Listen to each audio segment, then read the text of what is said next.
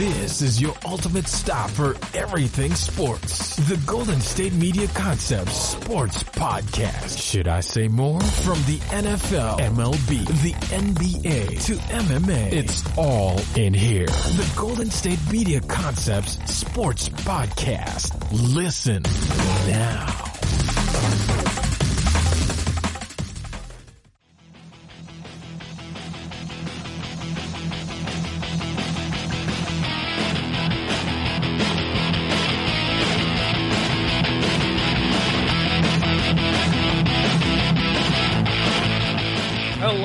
Gentlemen, and welcome to the GSMC Sports Podcast, brought to you by the GSMC Podcast Network.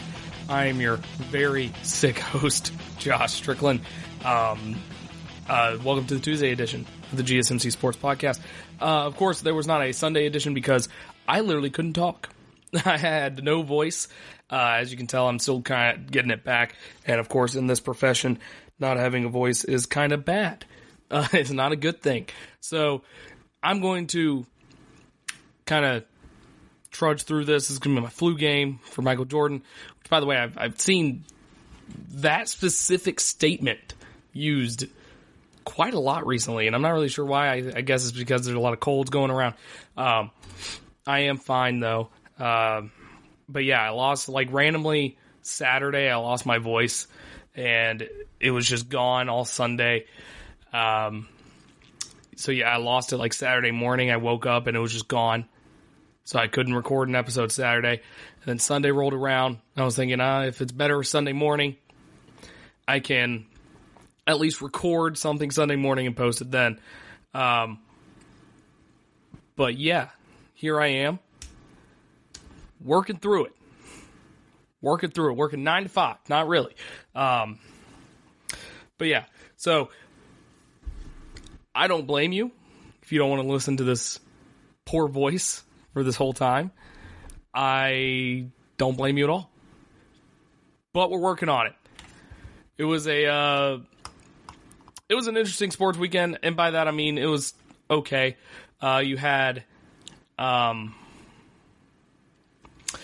NBA All-Star Weekend. You had more Astros drama as the commissioner comes in, and the Astros were bad at apologizing for stuff. Then we will pivot from that, talk about the NFL. We'll talk about first some mock drafts as the NFL Combine's coming up. Then we'll talk about Cam Newton, the curious case of Cam Newton. Then we'll talk about Colorado University. Why not Colorado University? And then we'll move on to my weekly XFL Power Rankings for week 2. So let's start off with the NBA All-Star Game, which was pretty good. I spent the past few weeks, ever since the rosters got revealed, kind of talking trash about the All-Star Game. At the end of the day, I still ended up watching a little bit of it. And this new format that a lot of people made fun of, they made memes about it because it was a lot of numbers and there's a lot of math going into it, and you need a calculator to calculate that final score. But it kind of worked out. The last quarter, where they played to 157, I think it was. They played to 157, and it was actually quite competitive. It was a very competitive quarter, actually, because both teams wanted to win that quarter, and you could tell that they were actually going to try. I mean, Kyle Lowry got 2 charges called on him, which is insane for a charge to be called in the NBA All-Star Game, and it's insane for someone to try to go for a charge, try to get a charge call in the NBA All-Star Game. And Kyle Lowry did that. Gobert, Rudy Gobert, whatever. He had a couple blocks in the game. Giannis versus LeBron was very interesting to watch. Giannis got a couple blocks on LeBron.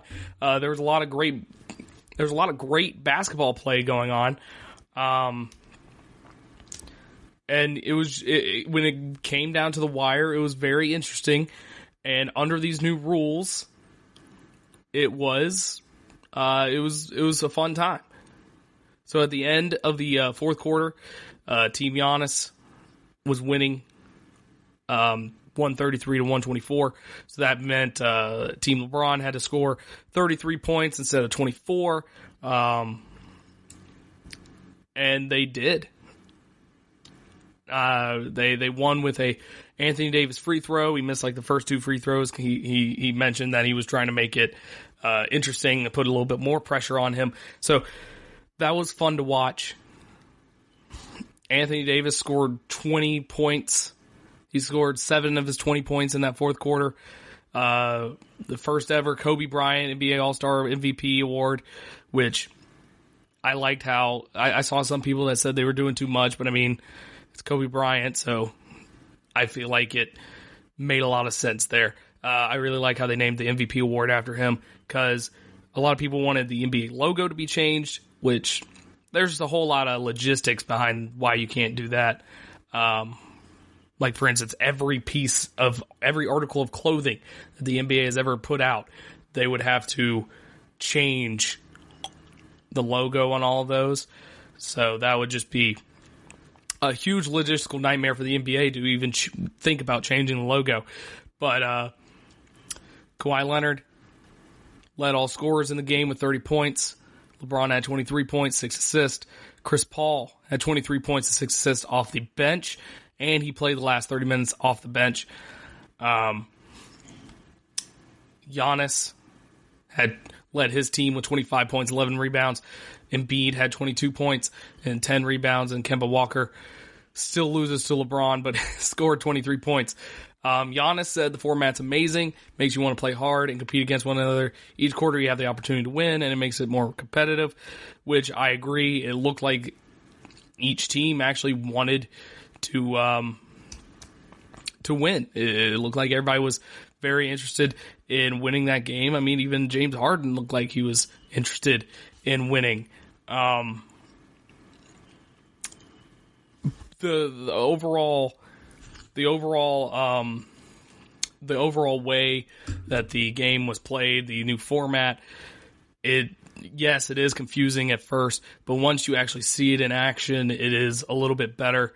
It's a little bit more palatable, I guess is a good word to use there. It's more, you're able to actually understand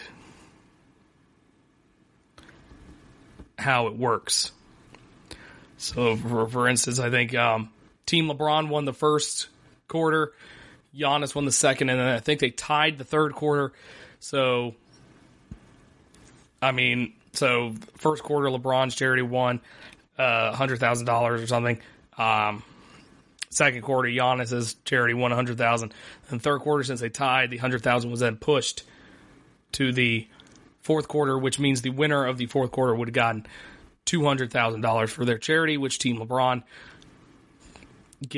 raising $300,000 for a Chicago charity, which is good. LeBron set an NBA All-Star record with his 16th consecutive start. Only Kareem Abdul-Jabbar and Kobe Bryant have more All-Star appearances than him.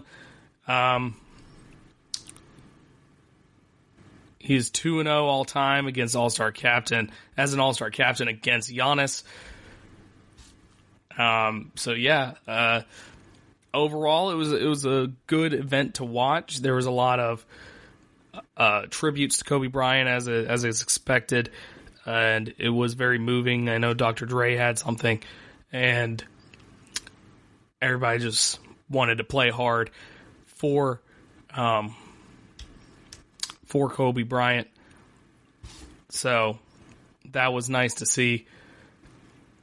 This is the first time since 2012 that there were no Warriors in the All-Star game. That's Steph Curry and Klay Thompson, both All-Stars for the past 5 years.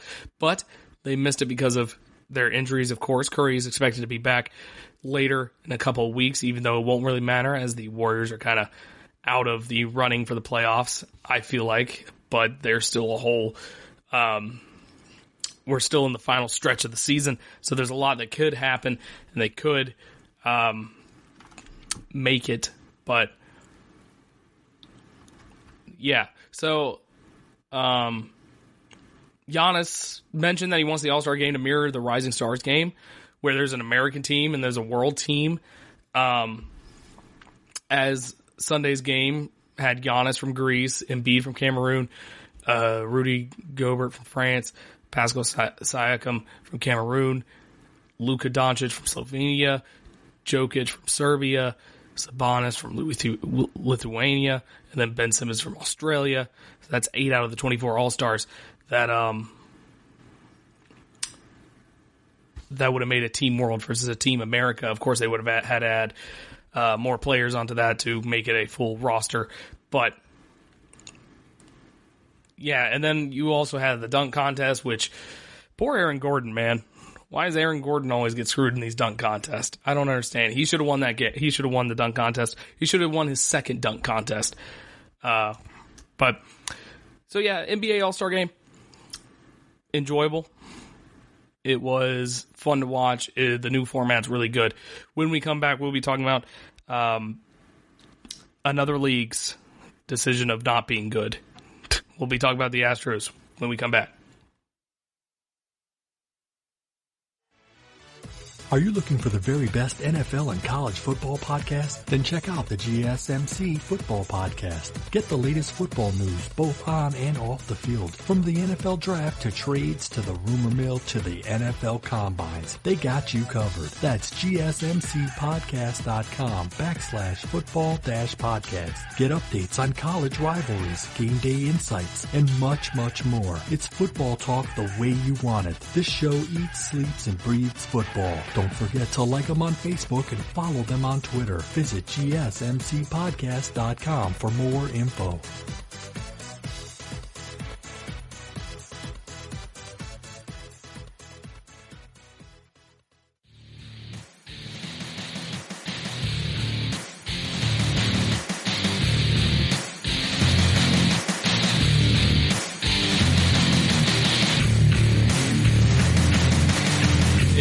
Never ending for Major League Baseball. Pitchers and catchers have reported players are starting to slowly come into spring training, but that means that there are more media attention going around to these players, more mics in their faces, and more words are being said about more and more players are being asked about how they feel about the Houston Astros scandal.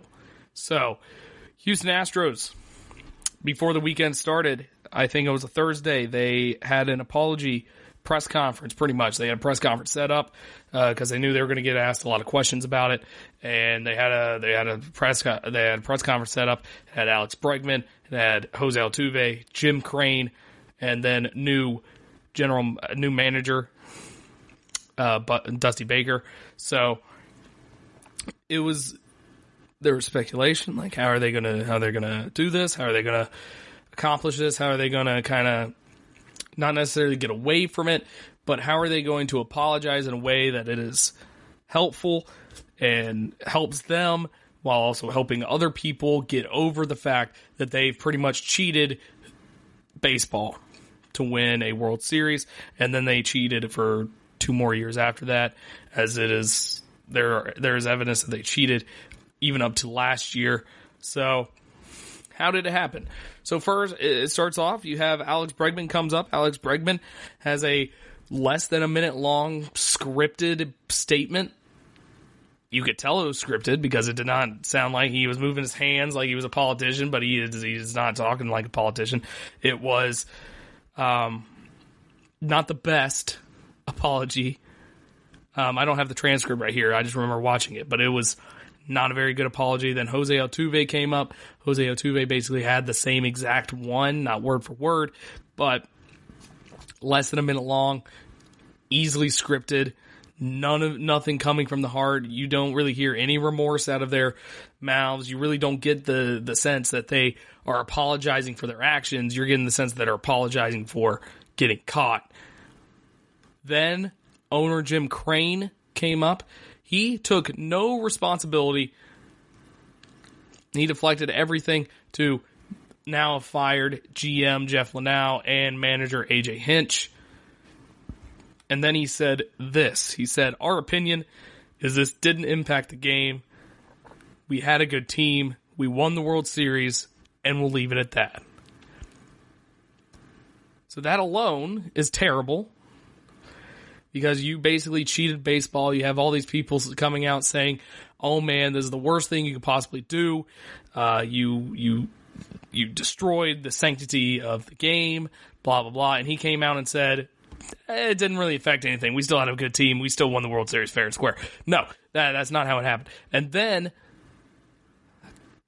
literally like 30 seconds later or something like that, he said, I didn't say it didn't impact the game. So we just don't know. If this whole apology press conference did not seem like an apology, like I said earlier, it seems like they were just apologizing for getting caught instead of apologizing for what happened. And poor Dusty Baker. I mean, I guess he knew what he was getting into when he got hired, but I mean, he's doing a lot of damage control. He's been saying stuff like, hey, just try to forgive these guys, try to, be put in their shoes, look at it from their point of view, and just kind of be a little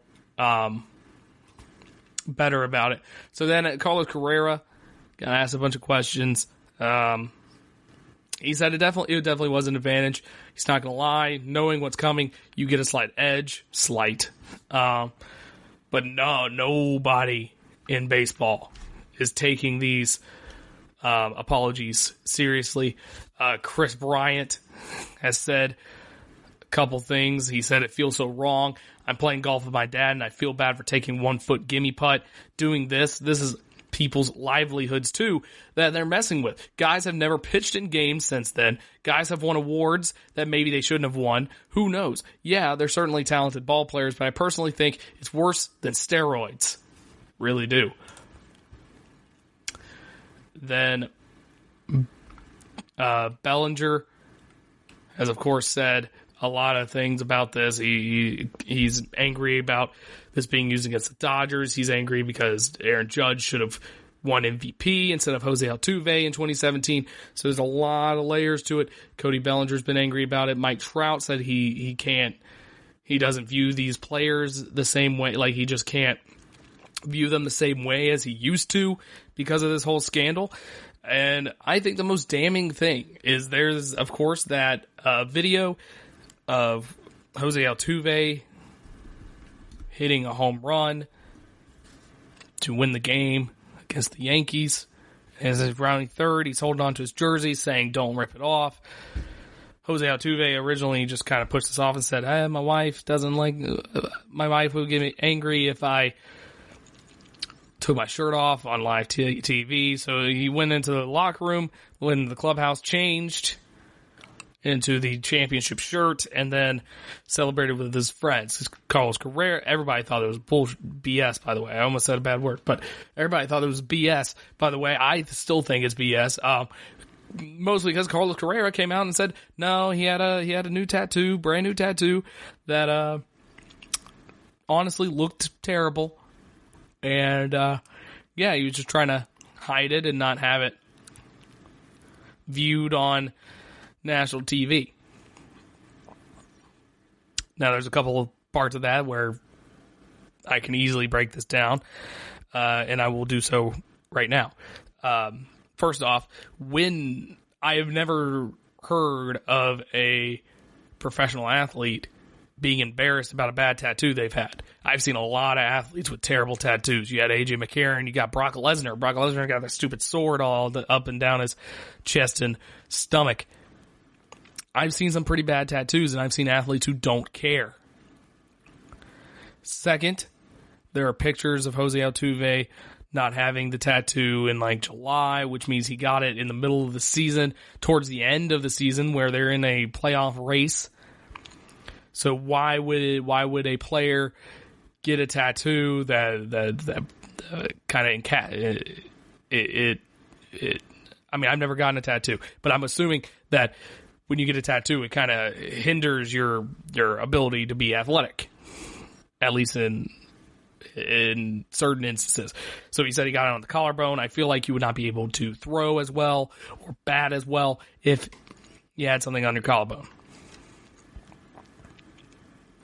So those are just a couple of reasons why I don't believe that to be a thing. People have been dissecting game footage.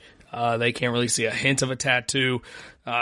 John Boy, which if he's a big Twitter user in the baseball community, he posted a picture of Jose Altuve with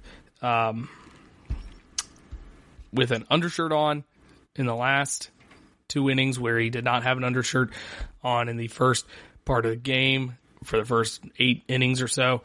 That's an interesting thing, I guess. I mean, everybody's just going to be dissecting everything the Astros do. And then Manfred came out.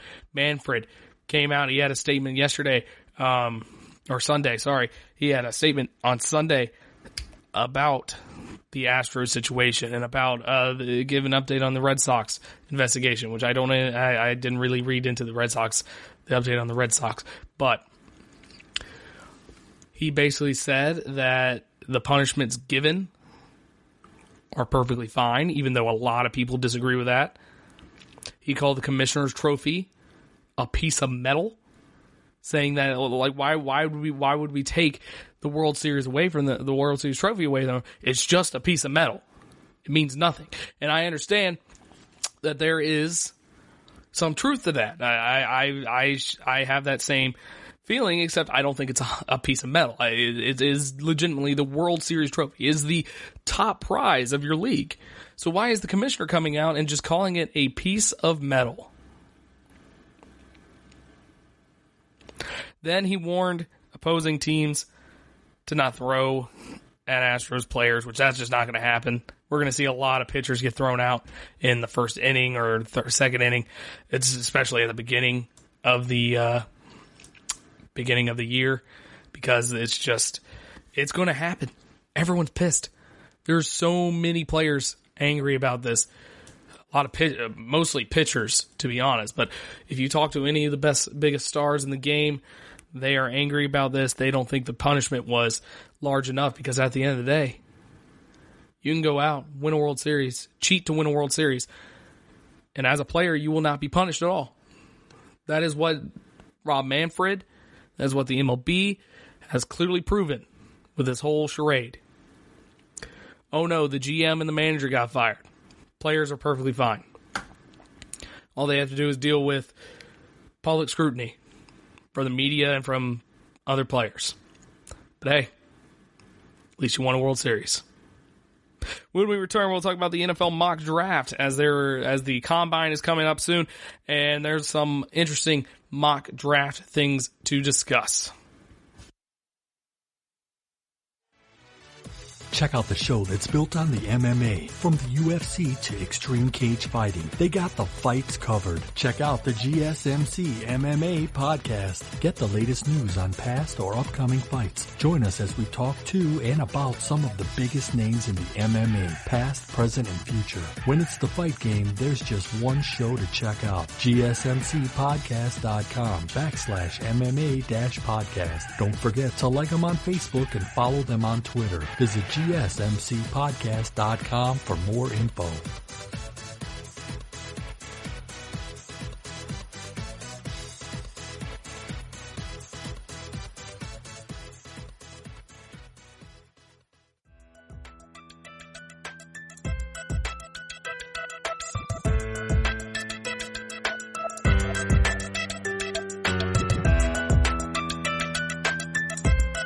I'm going to preface this with the fact that I don't really subscribe to mock drafts. They're fun to look at, but overall, you don't really, except for like the top 3 or 4 picks, you don't really know what's going on in the draft, and that's what makes the draft compelling. That's what makes people want to watch it, although people don't really want to watch it.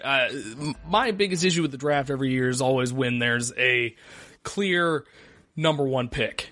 Like, for instance, this year you have Joe Burrow. He is a clear number 1 pick. The Cincinnati Bengals would be stupid to not take him or just take someone else. I mean, you have Chase Young as well. Chase Young's a fantastic defensive lineman, but I feel like Joe Burrow is this quarterback talent that you kind of can't give up. Now, to be fair, Joe Burrow is older than Lamar Jackson, and he was in college for 5 years, but he had a fantastic year with LSU, and it was kind of a culmination of his entire college career, pretty much. So I can see some people having reservations about Joe Burrow. But you can't deny the play on the field. You can say that Joe Brady was the main reason that he became as good as he did, but you can't deny the play on the field when he's evading tacklers and evading sacks and making these fantastic throws on the run and throwing absolute dimes throughout the whole year. So I don't like it when the draft has an obvious number one like that. It's because you have this month lead up, and most people only care about the number, like the top 10 picks. So when you already have the number one pick and everyone already knows who it's going to be, it makes it a little less compelling. And then, of course, you have the long time where the team picking number one takes their fully allotted time to take the obvious number one pick. So I have a mock draft here, and this mock draft includes a lot of potential trades that could happen. It's by Dan Brugler of the Athletic. He wrote it on February 4th. I've been meaning to do this earlier, but a lot of stuff has kind of happened that made me push it back.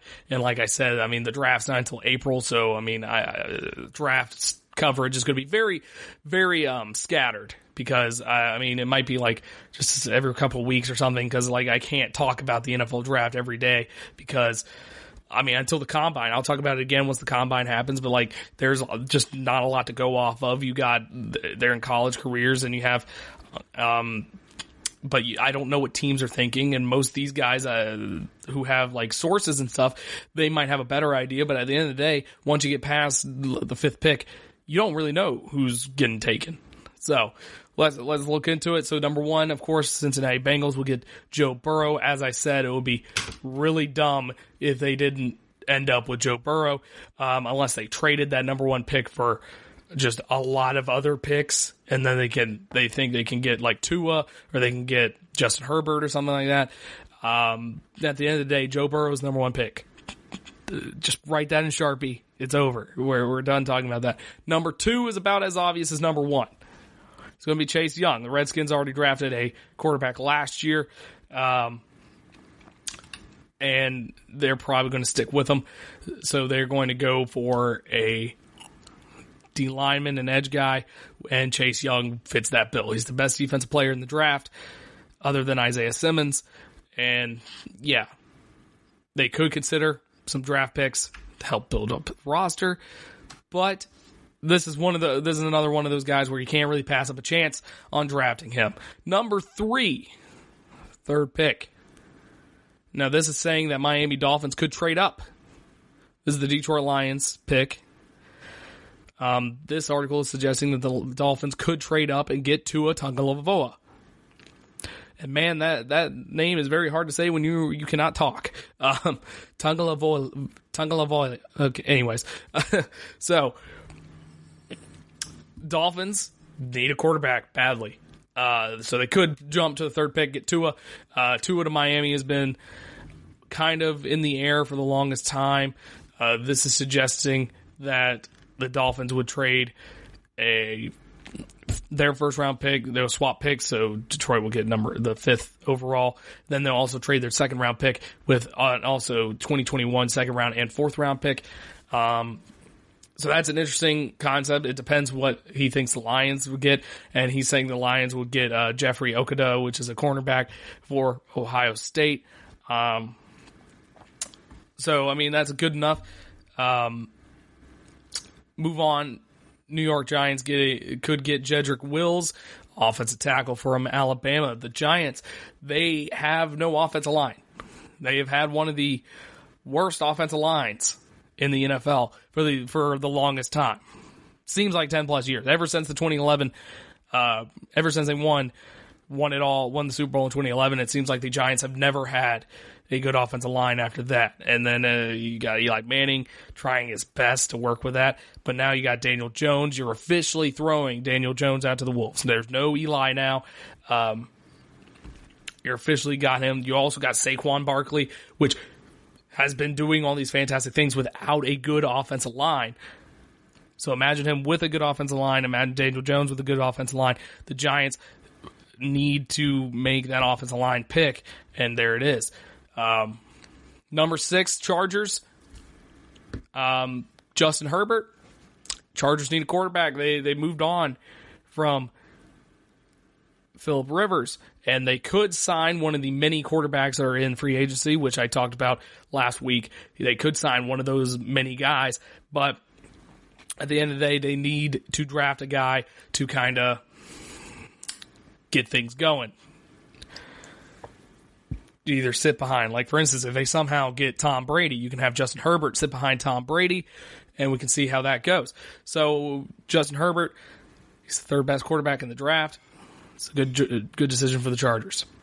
Move on to number 7. This is the Panthers pick. He's saying that the Panthers will trade this pick with the Jets, so they'll swap picks. So the Panthers will move back to number 11, which I could definitely see this. The Panthers, they kind of need.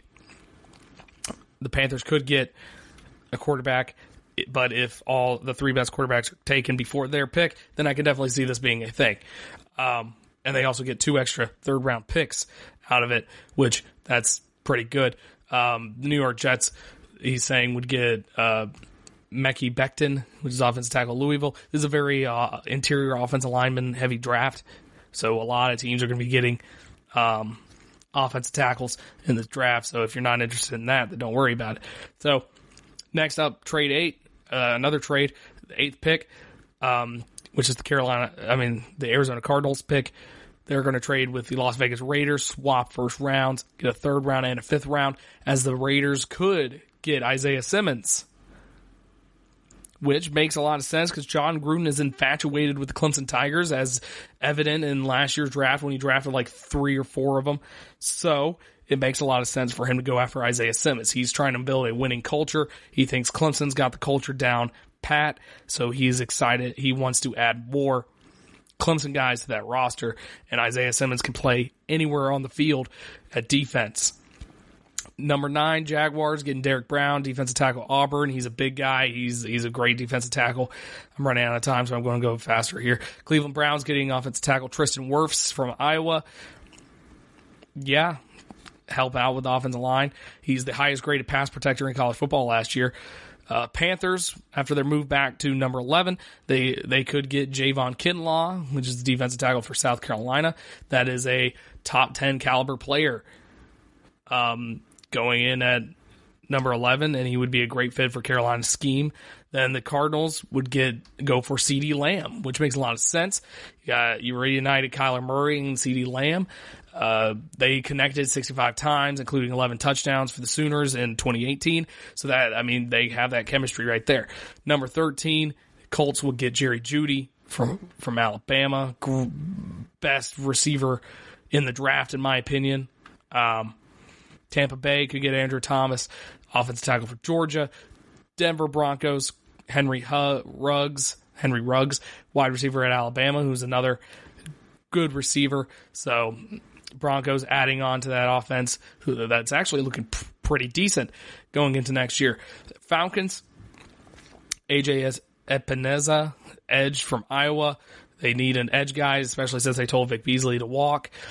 17, Dallas Cowboys pick, could get a trade from the Saints.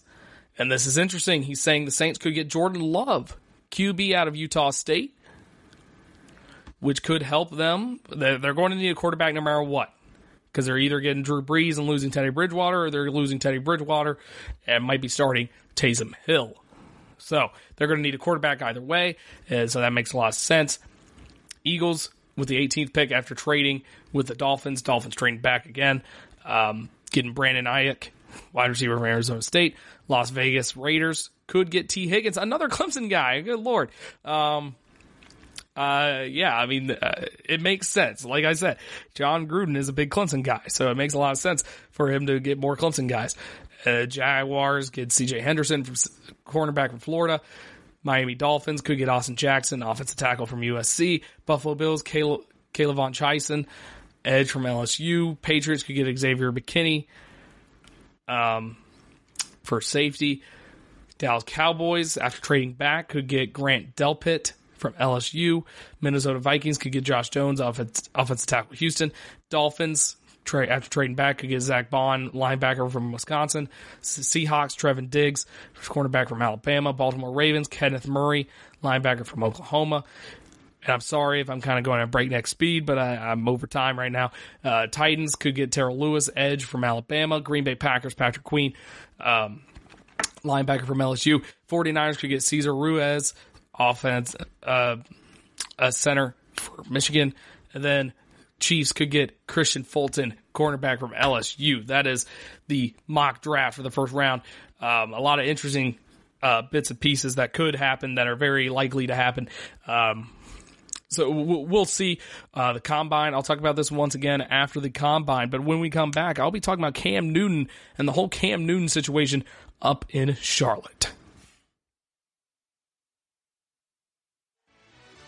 Are you looking for help for your fantasy football team? Check out the GSMC Fantasy Football Podcast. Get today's best advice on who to start, who to sit, even who you should draft. From sleeper picks to red hot lineups, they got it all covered for you. That's GSMCpodcast.com/fantasy-football-podcast. We'll cover traditional leagues, dynasty, PPR, even IDP leagues. When you need fantasy help, there's just one show to hit up. Don't forget to like them on Facebook and follow them on Twitter. Visit GSMCpodcast.com for more info.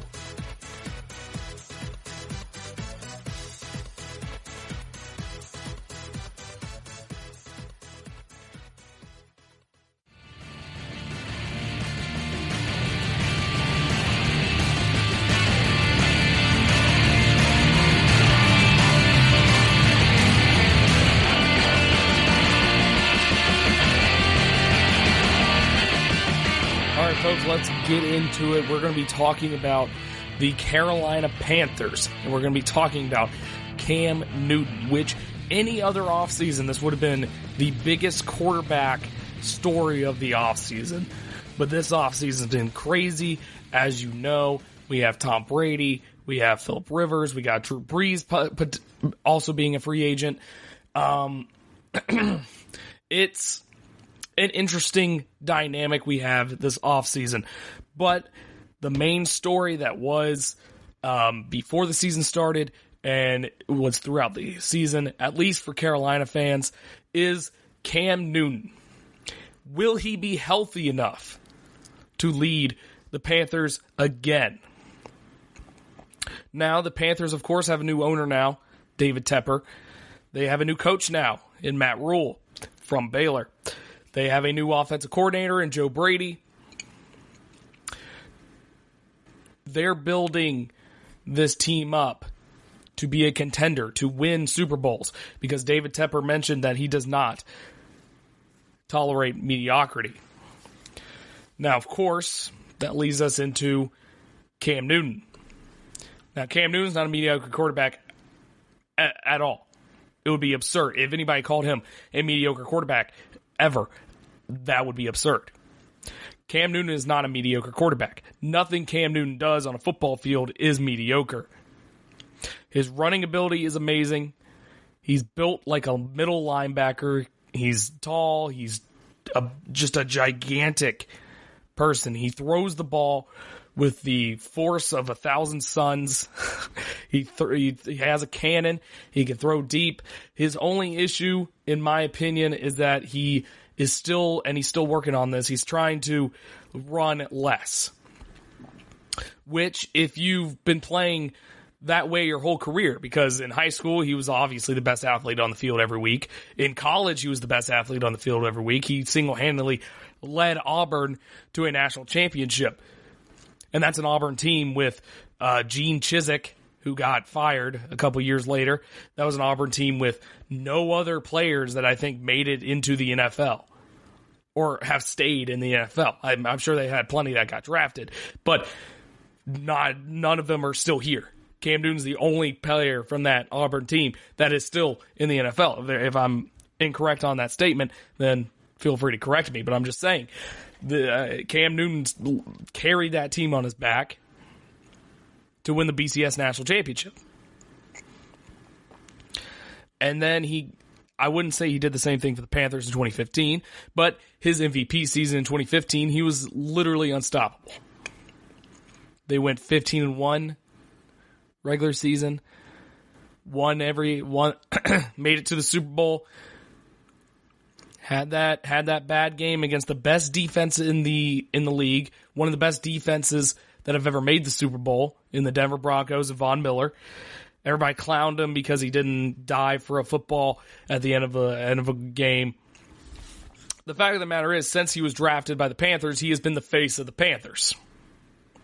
He had to sit through some bad times, and he got the Panthers up to their peak, which was 2015, making the Super Bowl. Panthers have only made the Super Bowl one other time. That was with Jake Delhomme way back in 2003, 2004, one of the two, where they lost to the Patriots. So what are the options? What are the options for Cam Newton? Well, what are the options for the Panthers, I should say, for Cam Newton? Well, they can either let him play. If he's healthy enough, if you think he's good enough to help your team, let him play. He's in the final year of his 5-year contract. If he does well, then you re-sign him, obviously. Keep him on for a couple more years. If he doesn't do well, if you bench him, if you do something else, or he gets injured again, just let him go. Seems kind of simple. That is one of the things. They could offer Newton a contract extension if they think he's healthy enough, and they think and ownership and the whole front office has enough confidence in Cam Newton to lead them to the promised land without seeing him play. And David Tepper mentioned that he wants to see Cam Newton's medical, make sure he's medically cleared first before we make any more jumps on whether or not Cam Newton should play or whether or not the Panthers should trade him away or anything. Which is fair. That's a completely fair statement. You want to make sure your quarterback is healthy. They could try to trade him. They could think that he's unlikely to get back to his form, and they can rebuild around a younger quarterback. Now, the big issue with this one is, of course, if Cam Newton's not healthy enough to play for the Panthers, then what are they going to get out? How are they going to trade him? How are you going to trade a quarterback that is not healthy enough to play for you, and he's on his last year of his contract? What are you going to get out of that trade? I mean, maybe some team like the Bears or the Colts or someone, or the Dolphins, or maybe the Chargers, any of these teams that are completely desperate for a quarterback and they don't have the draft capital. The Dolphins do, but if they don't have the draft capital to draft a quarterback in the draft. So that's all interesting. We'll see what comes out of that if they decide to trade him. I highly doubt they're going to trade him because he's either going to be good enough where he can play or he's going to be bad and they're just not going to play him. They're going to draft some young guy and go from there. Now, the fourth option is you can just cut him. It's the least likely scenario, of course, because you don't just cut Cam Newton. You would have to cut him before June 1st. It would save the team $19.1 million in cap space. And with that extra cash, they can fill holes at cornerback, at D-tackle, their edge, left guard, tight end, linebacker. But man, times are changing for the Panthers. First, you had Luke Kuechly retire. Best linebacker in the game, retires. Greg Olsen, one of the best tight ends in the game, leaving. He's either going to go broadcast or he's going to go play for a different team. Now you have Cam Newton left from that 2015 Super Bowl. I'm sure you have other pieces still there as well. Their defensive line's kind of taking a hit, and it's going to be a huge job for Matt Rule, for Joe Brady. It's going to be a huge job for David Tepper to get the Panthers back to where they were in 2015, just 5 years ago. It's going to be interesting to see what happens. Now, I do have 5 possible trade destinations for Cam Newton, and we're going to go through them quickly. The most obvious one is, of course, the Chicago Bears. It's the best fit for Cam Newton, supposedly, and it would benefit both the Panthers and the Bears. Chicago is up in the air about Mitch Trubisky, and they could benefit from having Cam Newton. Now, this article I'm reading says that it would be a straight swap. Chicago would send Carolina Trubisky and some draft picks, and I don't know about that one, but anyways, if the Titans don't end up getting Ryan Tannehill back, Cam Newton would be a big-time get for the Titans, as their main issue with Tannehill was that he couldn't really make plays. Cam Newton can make plays. So that might be good enough to push the Titans over that edge and make the Super Bowl after making the AFC Championship if they retain Derrick Henry, because Derrick Henry and Cam Newton, that is a dangerous sight to behold. That is the power of Alabama collegiate sports right there. So the Broncos, they have Drew Lock, which they've been impressed by Drew Lock, but is he the guy for the future? Or if they think he is, they could get Cam Newton, kind of help him develop to be an all-around quarterback. And, I mean, it could be a good move for the Broncos since they got to chase after the Chiefs and stuff like that. And then you have the Bengals, which that would be a little unlikely as they are probably getting that Joe Burrow pick. But they could trade the Panthers that number 1 pick. And the Panthers could get Joe Burrow, and Joe Burrow can be back with Joe Brady. But that's very unlikely. I highly doubt something like that would happen. And then number 5 is the New England Patriots. If Tom Brady moves on, the Patriots will be looking for a quarterback. And I think Bill Belichick would be licking his chops to have a chance at coaching Cam Newton and having Cam Newton in his offensive playbook. So there's just so many different things that could go on for Cam Newton. And it's going to be interesting how it shakes out. I think the most likely scenario is he's going to stay in Carolina and he's going to play this year. And this year will kind of be the make and break. But yeah, when we return, we will talk about Colorado. Haven't gotten their new coach yet. Hired an interim. But why not Colorado when we return? Are you looking to get your college football fix? Looking to get the latest news on your favorite school's team? The GSMC College Football Podcast is your ticket to all things college football. Join us as we talk college football from the national championship, the college rivalries, the bowl game, to the Heisman Trophy. To which conference is the best?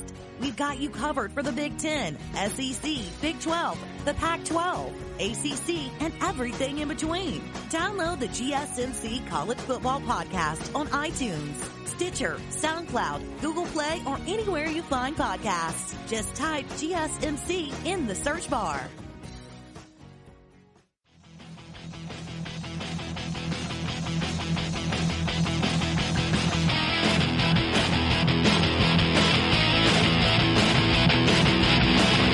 So if you're not sure what happened with Colorado over the past week, I will, of course, let you know. But it is a very interesting turn of events that went on in Colorado. So first off, they had Mel Tucker. He was a former defensive coordinator for Georgia. He was a former Alabama assistant coach. He got hired by Colorado, went 5-7, had their highest recruiting class in 10 years in the decade. They had a 35th ranked recruiting class in the country. And then he left. He up and left. Mark D'Antonio retired from Michigan State. So Michigan State was scrambling for a head coach. So they poached Mel Tucker, paid him a lot of money, paid him doubled his salary, which, to be honest, everybody, I know a lot of people are angry about it. I'm kind of angry about it. I mean, I feel bad. I feel bad for Colorado, of course. But when you get offered double your salary and your salary, I mean, that's like $3 million extra a year. That's hard to turn down. I mean, I'm never going to make that much. So, I mean, that's hard to turn down. I can't sit here and tell you that, he should have turned that down and stayed with Colorado. I mean, that's just a difficult thing to do. And also he used to coach at Michigan State with Nick Saban. So, I mean, he has ties at Michigan State, and they're paying him a lot of money. So I can't really blame him for this departure. But it leaves Colorado kind of in this weird place where they don't have a coach. They don't have a coach, and it's February. Spring practice starts soon. At least it does for most football programs. So Colorado needs a coach, and they need it fast. So what they did was they named assistant coach and alumnus Darren Chiaverini as the interim coach on Wednesday. Now, interim coach, of course, doesn't mean he's got the job. It means he's probably going to coach throughout the spring, and they're still going to look for coaching hires. So I mentioned when I originally talked about this, I said Darren Chiaverini could be the Dabo Swinney for Colorado. He's a wide receivers coach who's very good at recruiting. He's an alumnus. He's a longtime assistant coach. He loves Colorado. This is the kind of guy you need for your program, especially if you're one of these smaller programs that you know you can't poach from other places. Now, I'm not saying Colorado's a small program. They're in the Pac-12, but the Pac-12 is kind of in the lower tier of the Power 5. Basically, I mean, if I could say it, here's my quick rankings. You got SEC on top. You got Big 10. Then I would say Big 12, then ACC and Pac-12. Pac-12 is on the bottom legitimately just because they have not had success in the college football playoff. I don't think they haven't had success in the college football playoff since the first time when Oregon beat Florida State. That was the last time. ACC, of course, is being carried only by Clemson, but, happens. I mean, at least they're making headlines and stuff like that. So that's an interesting thing. So Colorado. Why not Colorado? And that's the question I've been wondering ever since this happened. Why not Colorado? They already have a national championship from 1990. It was kind of a shared one, I'm pretty sure. But they have a national championship with Eric Bieniemy, which is another potential hire. I don't think it's happening, but he was on the team. He was the leading rusher. He was the star. And now he's the offensive coordinator for a Super Bowl winning Kansas City Chiefs. So this is interesting, to say the least. Have you ever looked up pictures of Boulder, Colorado? It is so beautiful. It is beautiful. Boulder, Colorado is an excellent place to be. I mean, you could get players there easily because all they got to do is make a quick visit. And they probably fall in love with it. So, but here's the thing. The timing of this is, of course, really bad. If they hire Chiaverini permanently, then it could work out. But right now, it's bad. It's going to be tough for them to get a new head coach, especially in this time. Recruiting classes have already signed. Coaches are turning towards next year's recruiting class and next season. So hiring Chiaverini for the interim role is a smart move for right now because you just kind of need a guy to blow it all over, make sure everything's still running. And if he does a well enough job during spring practice, you could hire him full time, which they might have to do, or maybe just have him interim for the full season, which is very weird. Doesn't happen very often. You don't have interim coaches interim for the whole season, but it could happen just because the timing was super bad. Another thing is Colorado's in the Pac-12, which they just joined the Pac-12. They used to be in the Big 12, I think. They joined the Pac-12 because it's better location-wise for them. It's better geographically, which makes sense. And I'm not saying the Pac-12 can't succeed. It's just the Pac-12. I actually believe the Pac-12 is one of the best conferences. I know I put them on 5 on the conference power rankings, but that's more so because of not making the playoffs and resources. Because when you look at the SEC, Big 10, ACC, they have the resources. Big 12 also has the resources. And Pac-12 always seems to be on the bottom of the resource power rankings for conferences. I actually think all the teams in the Pac-12 are pretty good. the Pac-12 always cannibalizes itself every year, and I think that's a good sign of a good conference.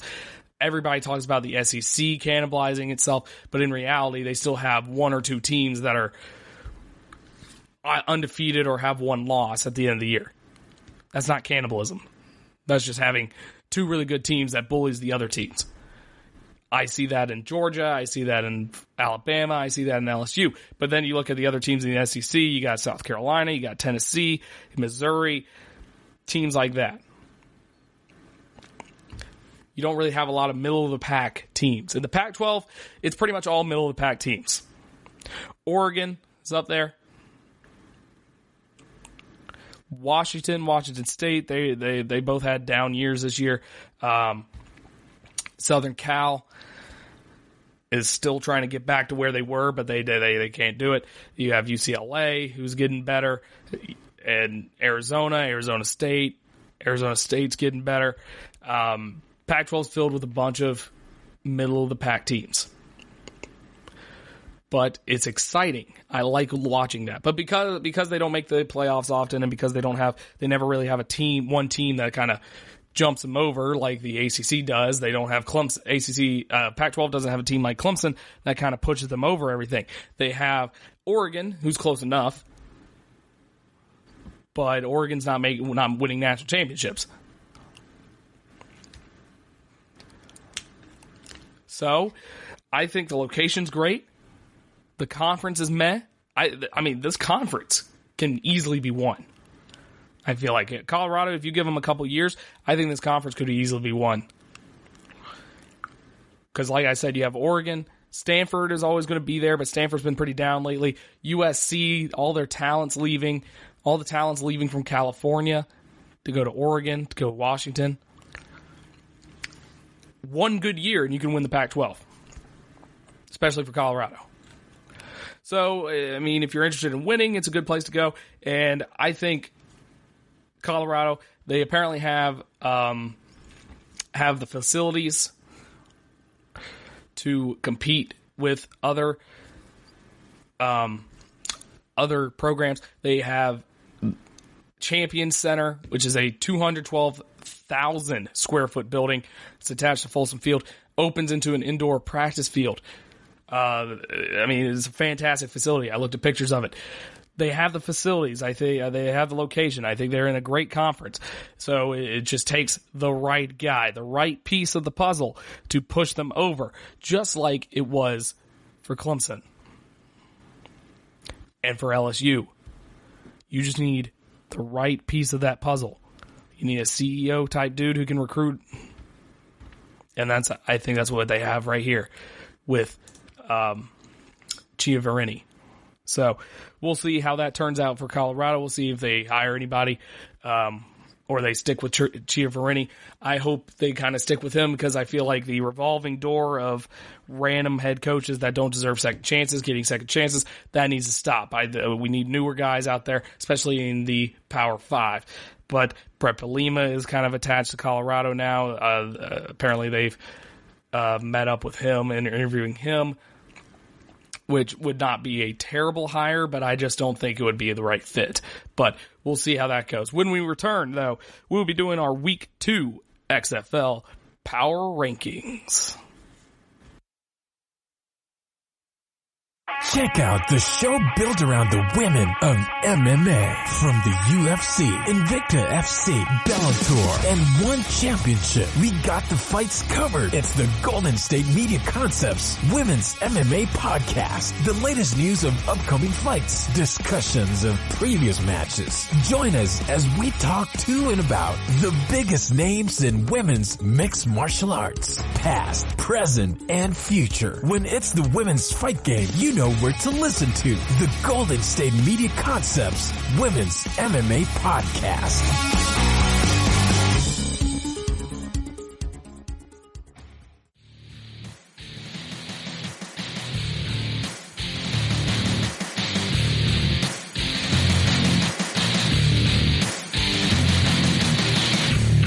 This week in the XFL was very interesting, to say the least. You had 2 games between 1-0 teams. And then, of course, 2 games between 0-1 teams. And it was very interesting how that worked out, actually. It was kind of like a tournament. So it was a very interesting week. You had one really good game, one really good game, 2 games that were really bad in the first half, but then kind of picked it up in the second half. And then you had one game that was just a blowout. It was just a thrashing. And we're going to start with that one game. Number 1. Wow, my voice is terrible right now. Number 1 on my XFL Power Rankings is the Washington, D.C. Defenders. They were number 1 last week. They stay in the number 1 spot. It's kind of hard to move them down in favor of the Roughnecks because they defeated the New York Guardians 27-0. New York, I believe, had as my number 3 team last week. Cardell Jones went 23 for 37 for 276 yards. He had 2 touchdowns, threw an interception. Defenders had 2 receivers with over 90 yards, Ross and Tompkins, and they held the Guardians to 137 total yards and held them to 9% on third down conversions. They also had a pick 6, which helped out as well. So DC Defenders complete and utter domination for the first shutout in XFL history over the New York Guardians. It was unexpected, but we'll discuss the Guardians themselves later. Cardell Jones is really coming into his own. He's easily a MVP candidate at this point compared to the guy that I'm about to talk about next, which is the Houston Roughnecks. They defeated the St. Louis Battlehawks 28-21. PJ Walker, he was the player of the week last week. Will he be the player of the week this week? Probably not. Yeah, he went 20 for 31 with 176 yards. He played pretty well despite the only having 176 yards. He had 3 touchdowns. The Roughnecks were 100% in the red zone. Their defense played lights out, had 2 interceptions, propelled them to victory in this one. They took a huge lead to start the game off, and then they kind of almost blew it, but their defense came out, got 2 interceptions, and helped them out there. And St. Louis Battlehawks are my number 3. They moved up a spot from number 4 to number 3. And that's because even though they lost to the Houston Roughnecks, Ta'amu went 30 for 37, which last week I believe he went about 30 and 30 for 37 as well. So he's consistent. 284 yards, 3 touchdowns. His only issue was he threw 2 very poorly timed interceptions that ruined momentum, ruined anything the Battlehawks were trying to do. But other than that, their offense was fantastic, racked up 390 yards, total yards. But like I said, the ill-timed interceptions by Ta'amu kind of screwed him over there. So we'll see if Ta'amu can kind of clean that up a little bit. But the Battlehawks are easily one of the best teams in the league. They just kind of ran into the Roughnecks, who are also one of the best teams in the league. So I can't really fault them for that. Next up, Dallas Renegades in the game of debuts as they defeated the Wildcats 25-18. Landry Jones made his debut as well as Josh Johnson, but we'll talk about the Wildcats later. Landry Jones made his debut. He went 28 for 40 for 305 yards, 1 touchdown, 2 interceptions. So his 2 interceptions were both in the first half. The first half was awful to watch. It was like tied 3-3 going into halftime. It was not a fun game to watch at all in the first half, but in the second half it kind of picked up. As you could tell, it was 25-18 to end the game. It picked up in the second half. Cameron Artis-Payne, who had kind of a terrible game last week, he came in with 14 carries, 99 yards, and the Renegades ended the game with 444 total offensive yards.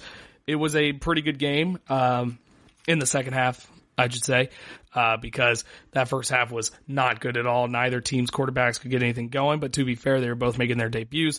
They were both injured beforehand, so I'll give them a little slack on that.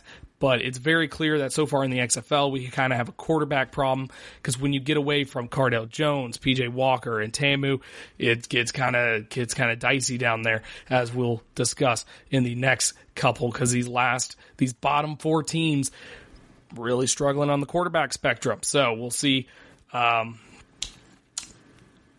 We'll see what these teams can do because I don't really think there's many other quarterbacks out there to really get. So we'll see how that goes. Seattle Dragons are my 5th team. They jump up a spot. They beat the Tampa Bay Vipers 17-9. This game was 3-0 going into halftime, I believe. It was another one of those games where just kind of like bad quarterback play. Brandon Silvers went 7 for 18 for 91 yards. He had a touchdown and interception. Nothing was really happening until the second half. The Dragons, I believe, started out the half with a touchdown, and then they got a pick six. So, yeah, I believe they got a pick six or close to a pick six or something like that to go up 17-9. Keenan Reynolds had a great game, though. He had 3 catches for 87 yards, which, by the way, Keenan Reynolds went from Navy quarterback to like tattoos on his face. I'm not really sure where that came from, but whatever. I'm not going to judge him, of course. But defense held Vipers to 3 field goals and had 3 interceptions. And Seattle packed that place. It had 27,000 people at that game. The whole lower bowl of the CenturyLink Stadium was packed. So good job for the Dragons. Number 6. We have the New York Guardians. They dropped 3 spots because of their shutout loss against the DC Defenders.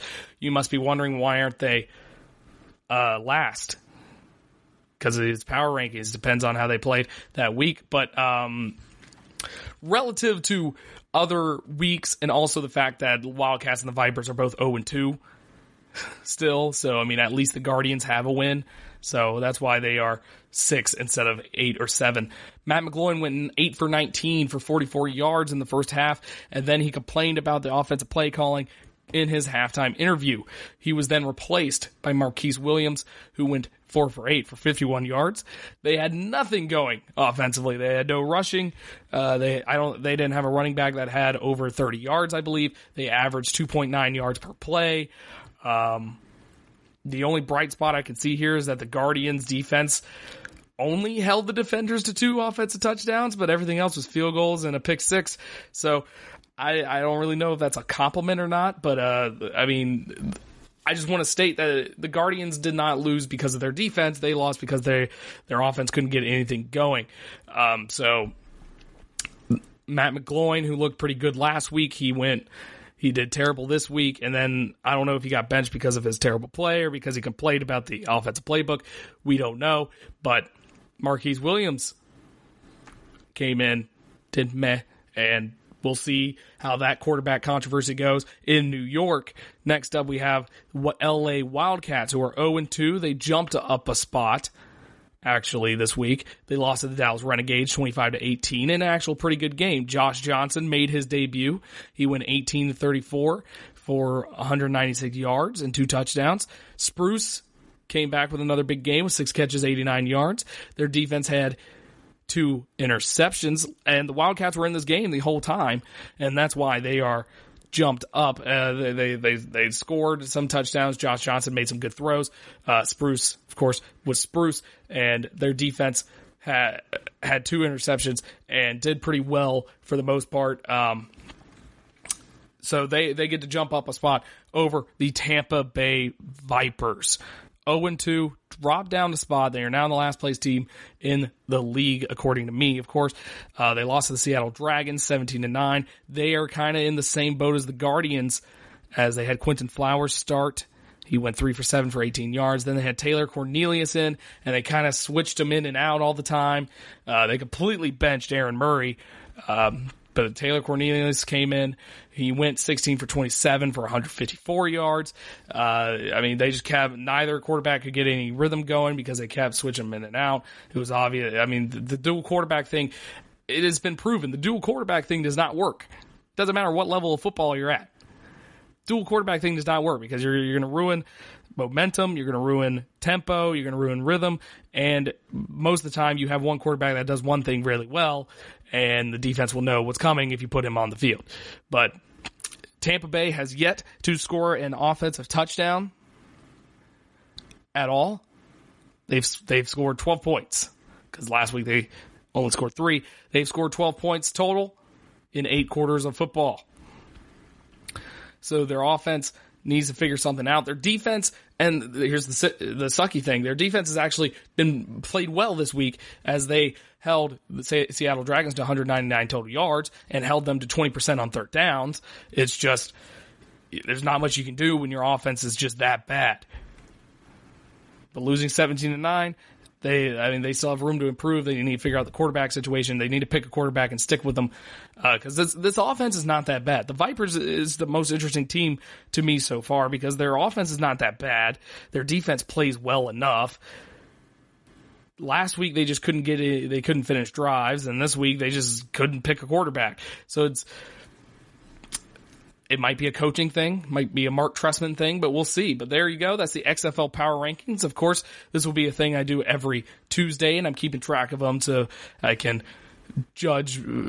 I can choose what I can see how I did throughout the whole year. And I mean, the big one, of course, was the New York Guardians dropping 3 spots after getting shut out.